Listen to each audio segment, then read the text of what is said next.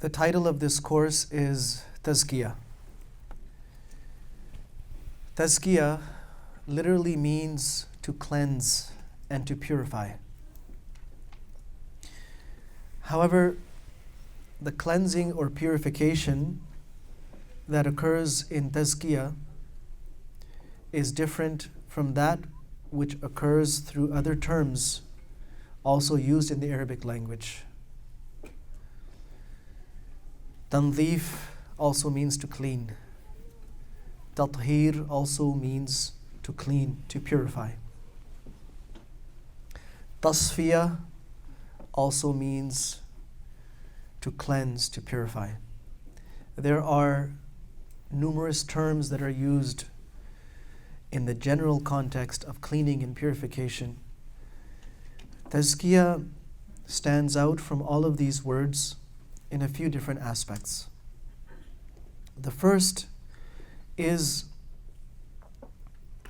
that the term Tazkiyah, zaka yasku, it is derived from intense heat, zuka, intense heat, like the heat of the sun.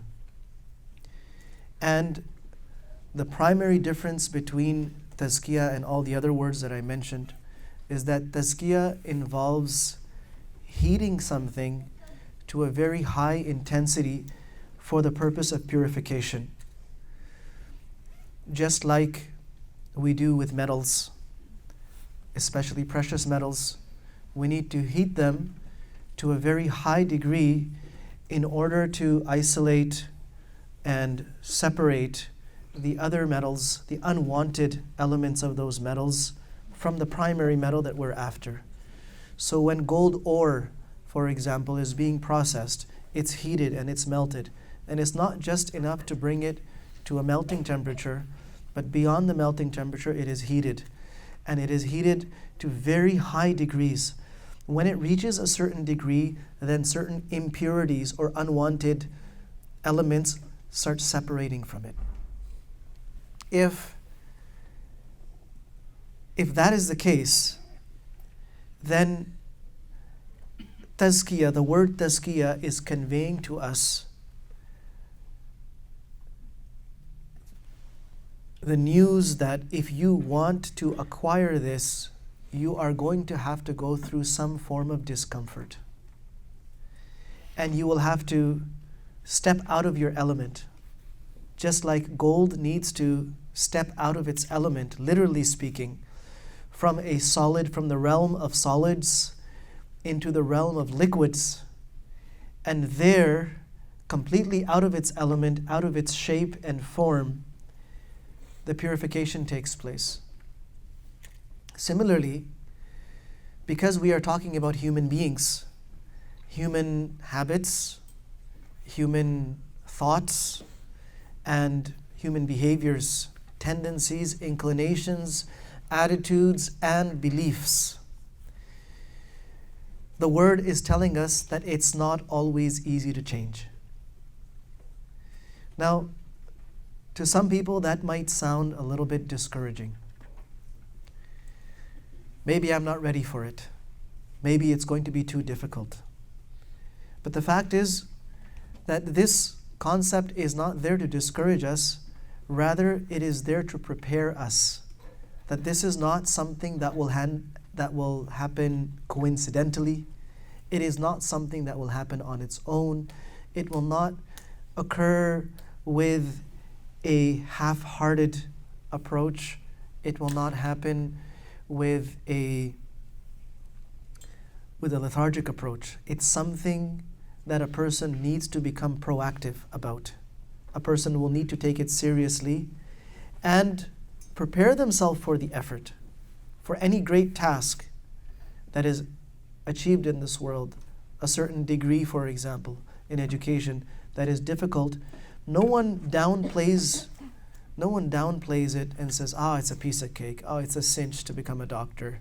Yeah, you just got to study a few books and memorize some stuff and you're good. No. The student is prepared ahead of time that, look, this is a challenging profession. It's going to take a few years of a certain kind of effort, a certain kind of environment, and then you will get there. In fact, in the world of academics, we look at things like prerequisites. We look at things like marks and grades. Do you have what it takes? If you don't, well, you're vetted out very early in the process. You're given a different pathway to follow in your career.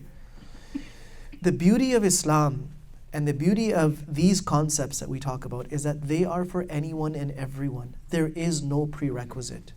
If there is a prerequisite, it is your intention. It is your desire to achieve it, your intention to achieve it for the sake of Allah, and then all of a sudden things will start falling into place. Things will start lining up. But the intention has to be there, and of course, effort. It is not enough to intend to do something.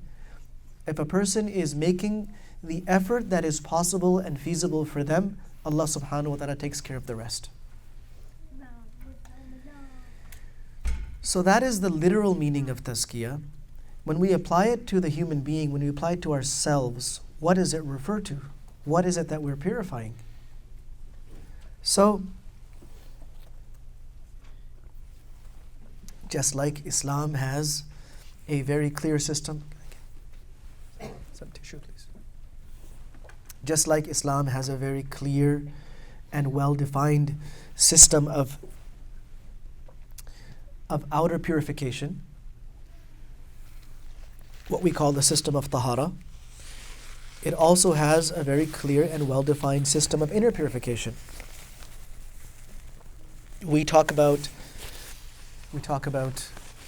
major impurities, minor impurities. We talk about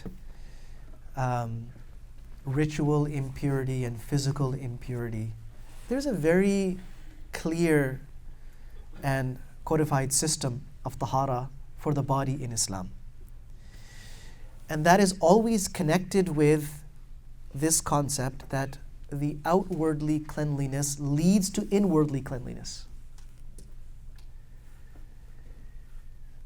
And when we know that outwardly cleanliness is so important, we should also know that the inner cleanliness is just as important.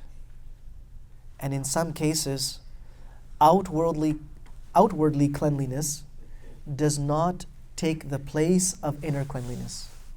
Outer purity, in many cases, cannot replace inner purity. A person fulfills all the requirements of tahara and stands up for salat.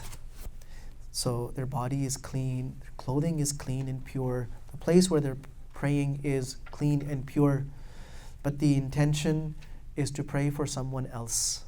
This is an inner impurity. That outwardly impurity cannot take the place of this inner, it cannot substitute for the inner impurity. It cannot take its place.